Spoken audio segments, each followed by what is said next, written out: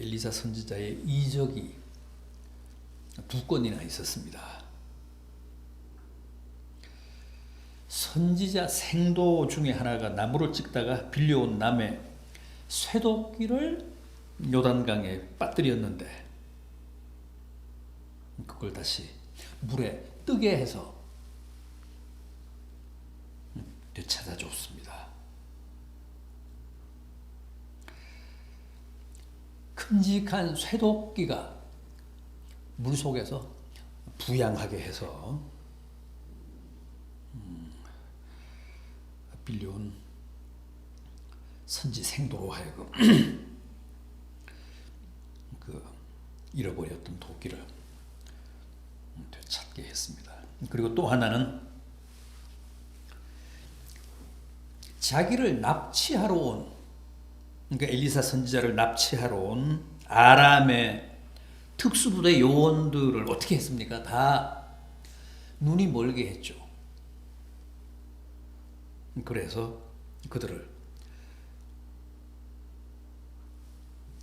사마리아로 데려가서, 북이스라엘의 수도인 사마리아로 데려가서 이스라엘 왕 앞에 세웠지 않습니까? 그때 왕이 그들을 다 죽이려고 하자 엘리사가 어떻게 했습니까? 죽이지 마시고 오히려 잘 대접해서 살려보내시라고 합니다. 그래서 정말 그렇게 했더니 그로부터 아람 군대가 다시는 이스라엘 땅에 나타나지 않았다. 들어오지 않았다. 그게 23절 말씀입니다. 이로부터 아람 군사의 부대가 다시는 이스라엘 땅에 들어오지 못하니라.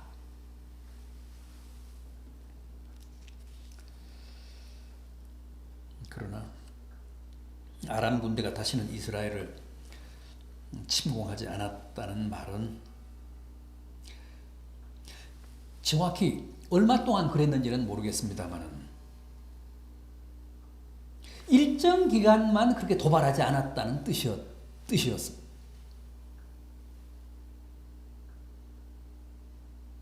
아예 두 번 다시 이스라엘 땅을 침공하지 않았다는 말은 아니고 일정 기간은 범하지 않았다는 뜻이었던 것 같습니다. 왜냐하면 이어지는 24절 오늘 본문을 보면 이렇습니다. 이후에 아람 왕 베나다시 그의 온 군대를 모아 올라와서 사마리아를 에워쌌다.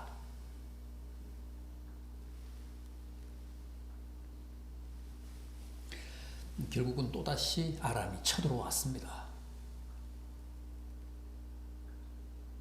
그래서 북이스라엘의 수도인 사마리아 성읍을 포위했다는 거예요.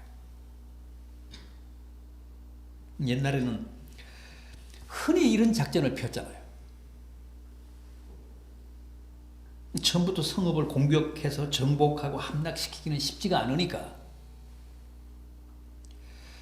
또 자칫하다가는 아군의 피해도 적지 않게 발생할 수 있기 때문에 일단 성 밖에서 성 전체를 에워싸서 고사시키는 겁니다.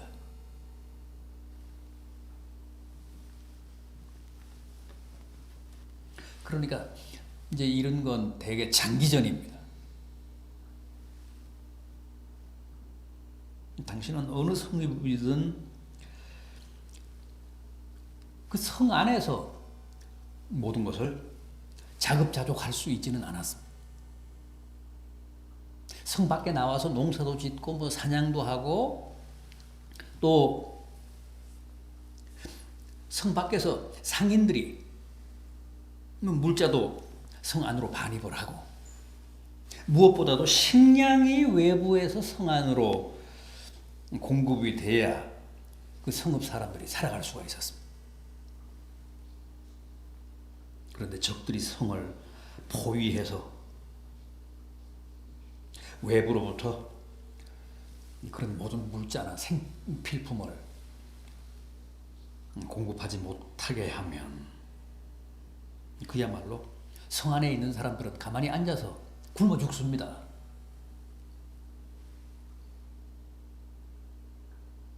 지금 사마리아 성읍이 그런 꼴이 되어버리고 말았습니다.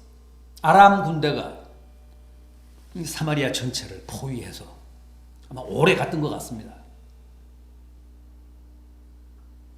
성 안에 있던 모든 물자가 바닥이 나고 식량이 다 동일하고 처음에는 막 식량 가격이 막 폭등을 했는데 그것조차도 이제 다 동이 났습니다. 그래서 결국은 어떤 사태가 벌어졌습니까?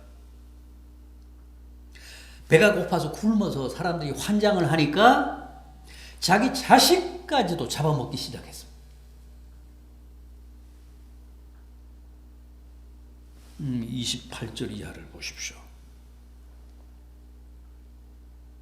무슨 일이냐 하니 여인이 대답하되 이 여인이 내게 이르기를 네 아들을 내놓으라.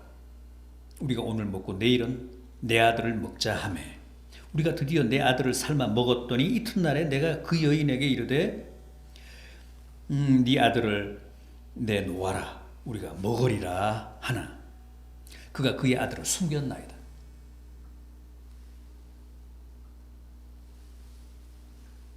왕이 그 여인의 말을 듣고 자기의 옷을 찢었다고 합니다. 그 참혹한 상황에 경악하며 비통한 마음을 그렇게 표현을 한 겁니다.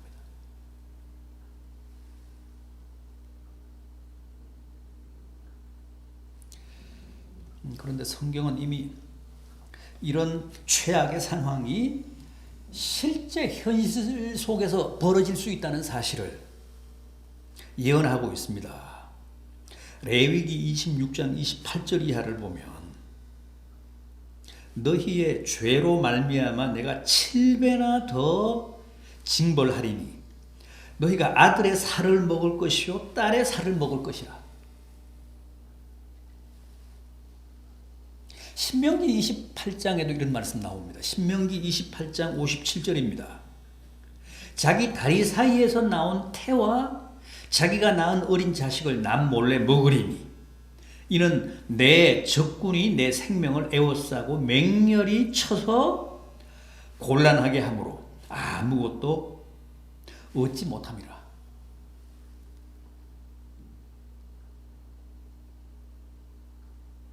그런데 오늘 본문의 경우는 앞으로 이런 일이 있을 것이라는 예언이 아니고 이미 성경이 예언한 말씀이 성취된 사건이었습니다. 실제 이런 일이 현실 속에서 벌어졌다는 거예요. 역사 안에서 벌어졌다는 겁니다.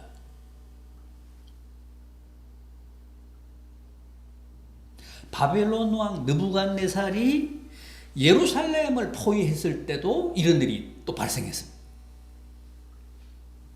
예레미야 애가 4장 10절을 보면 이런 말씀이 나옵니다. 내 백성이 멸망할 때 부녀들이 자기들의 손으로 자기의 자녀들을 삶아 먹었도다.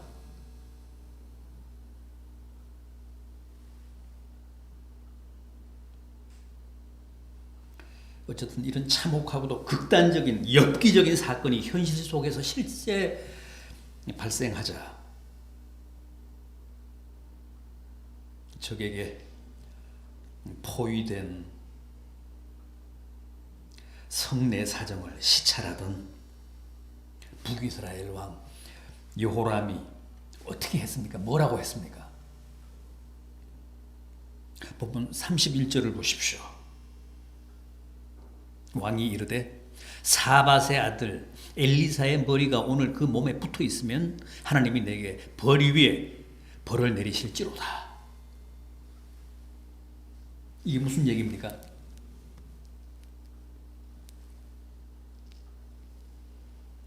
내가 당장 엘리사의 목을 치겠다는 거예요. 왜요? 아니 지금까지는 그토록 엘리사에게 많이 의지했잖아요. 왕이 일일이 자문을 구하고 심지어 6장 21절을 보면 이스라엘의 왕이 엘리사에게 이르되 내 아버지여, 그럼 내 아버지여, 내가 저들을 치리이까, 저 아람군을 치리이까. 이렇게까지 엘리사를 신뢰하면서 사소한 일 하나까지도 다 엘리사에게 물어서 처리를 했던 사람인데, 지금 여기서는 엘리사의 머리를 치겠다는 거예요. 오늘.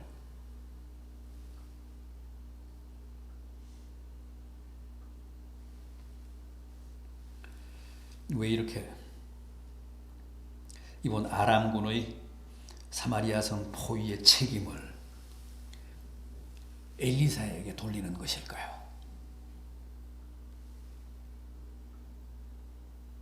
우선은 이번에 아람군이 침공해서 사마리아를 포위하고 고사작전에 들어가는 것은 다 엘리사 때문이다 라는 생각이에요.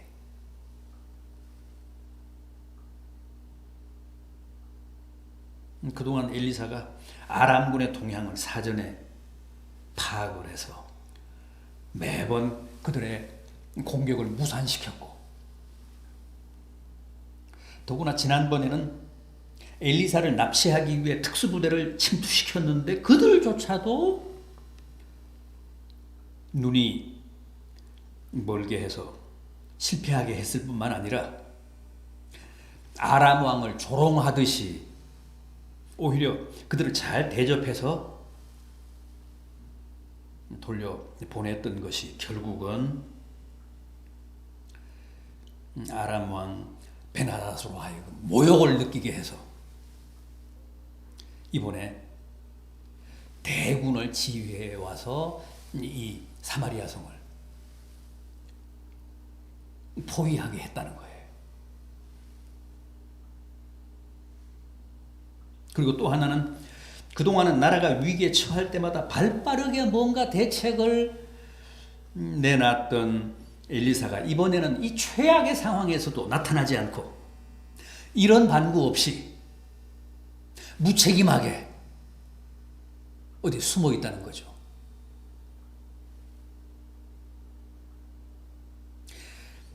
원래 사람은 위기가 닥치면 항상 희생양을 찾잖아요. 당시 북이스라엘 여호람 왕에게는 엘리사가 바로 희생양이었습니다. 드디어 북이스라엘 왕 여호람이 실제 킬러를 보냈습니다. 가서 엘리사의 목을 베어와라. 그때 엘리사는 자기 집에 있었고 백성의 장로들도 함께 있었다고 하는데 엘리사는 이미 다 알고 있었습니다. 32절을 보십시오. 그때 엘리사가 그의 집에 앉아있고 장로들이 그와 함께 있는데 왕이 자기 처소에서 사람을 보냈더니 그 사자가 이르기 전에 엘리사가 장로들에게 이르되 너희는 이 살인한 자의 아들이 내 머리를 베려고 사람을 보내는 것을 보느냐? 여기 살인한 자의 아들이라는 말은 당시 여호람 왕을 가리킵니다. 여호람은 악명 높은 아합의 아들이었거든요. 수많은 선지자들을 살해한 아합과 이세벨의 아들이었기 때문에 여기서 여호람 왕을 엘리사가 살인자의 아들이라고 합니다.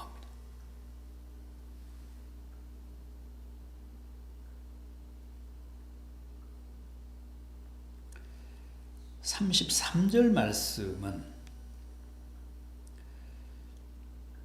저격수를 보내서 선지자의 목을 치라고 한 여호람 왕의 말,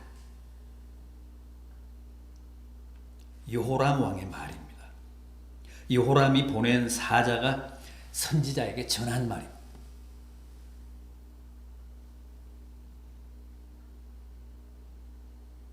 왕이 이르되 이 재앙이 여호와께로부터 나왔으니 어찌 더 여호와를 기다리리요. 이게 지금 북이스라엘 왕의 말입니다.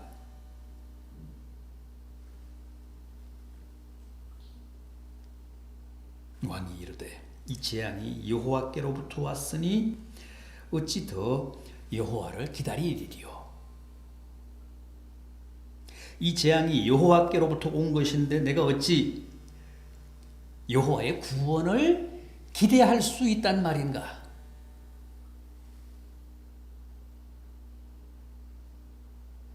내가 여호와의 종인 선지자의 목을 침으로써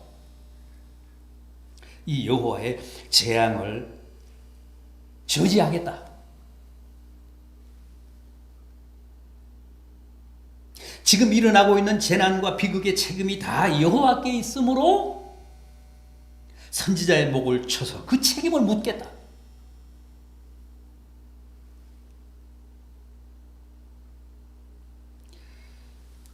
얼마나 가증한 반동입니까? 그러니까 하나님과 선지자를 거역하고 반역하겠다는 거예요. 이 비극, 이 나라의 위기가 다 여호와와 선지자로부터 왔다는 거죠. 내가 내가 처단하겠다는 거예요.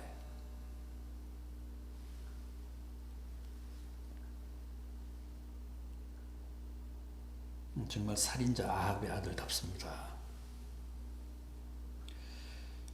인간은 다 이렇게 위기가 닥치면 본색을 드러냅니다. 평소에는 다 똑같은 것 같고 멀쩡한 것 같지만 시험이 닥치면 우리는 다 감정 관리가 안 되고 적나라한 자신의 민낯을 드러냅니다. 언제는 선지자 말에 그렇게 순종하고 선지자를 그렇게 신뢰하는 것 같고 사소한 것도 다 선지자에게 자문을 구해서 일을 처리하다가 이제 나라가 위기에 처하자 막 백성들이 자기 자식을 잡아먹는 그런 사태가 벌어지자 이 끔찍한 상황이 하나님께로부터 왔다. 선지자 때문이다.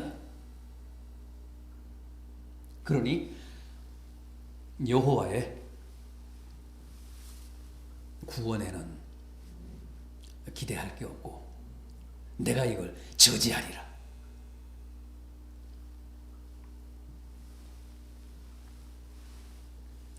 그래서 하나님은 흔히 위기를 통해서 우리를 시험하십니다. 위기를 통해서 우리의 진심, 우리의 믿음을 확인해 보십니다. 여호람 왕을 보십시오.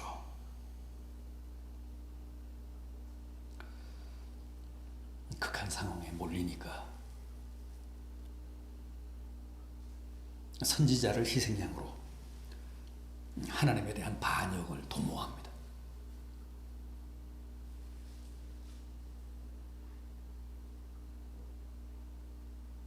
그럼으로써 결국은 자기의 원색적인 정체를 폭로한 거죠. 드러낸 겁니다. 정말 엘리사 선지자가 살인한 자의 아들이라고 했는데 그 표현, 그 말, 그 고발 그대로입니다.